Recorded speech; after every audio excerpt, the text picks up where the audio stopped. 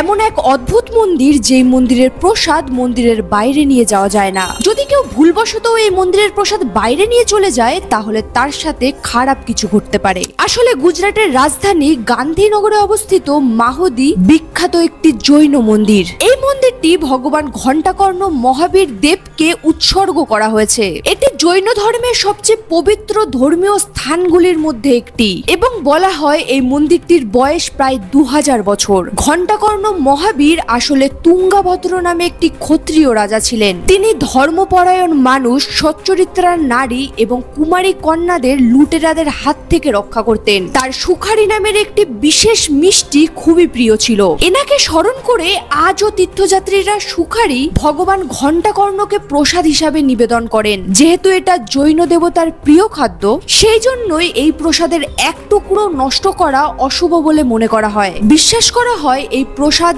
এই মন্দিরের প্রাঙ্গণেই শেষ করতে হবে, নয়তো দান করে দিতে হবে। আপনি কি আগে কখনো এই মন্দিরের সম্পর্কে শুনেছেন? কমেন্টে জানাতে ভুলবেন না।